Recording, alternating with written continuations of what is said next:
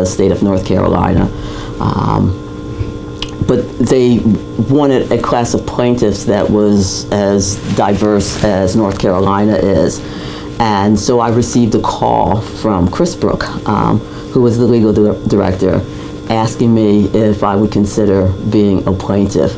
I have a lot of respect for Chris Brook. I have a lot of respect for the ACLU. I love North Carolina. I'm not originally from North Carolina, but it's my home now. And I wanted my home to be a place that was welcoming for me and for other people like me. And so when I was asked, I immediately said yes, because I figured, so what is it that I have to lose by being a plaintiff? There are some people who can't afford to be public because of the risk to their employment. I spoke with my dean here, and I had her full support. She had spoken with the then chancellor. We had her full support.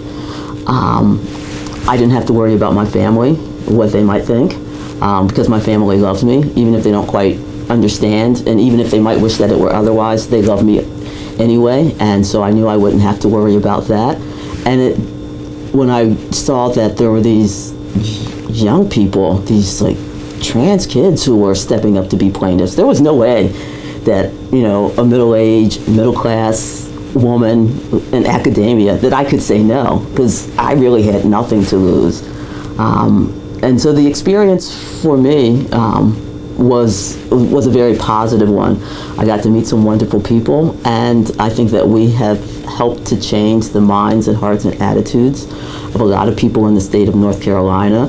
I've talked to people who told me that they never really thought about it before, but if you had asked them, they would probably say, no, I'm not in favor of that. But then after meeting me and getting to know me, they realized that that's just a ridiculous position to take.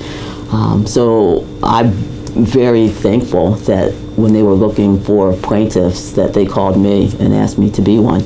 HB2 law, or the Public Facilities Privacy and Security Act, officially called an act to provide for single-sex occupancy bathroom and changing facilities in schools and public agencies, and to create statewide consistency in regulation of employment and public accommodations.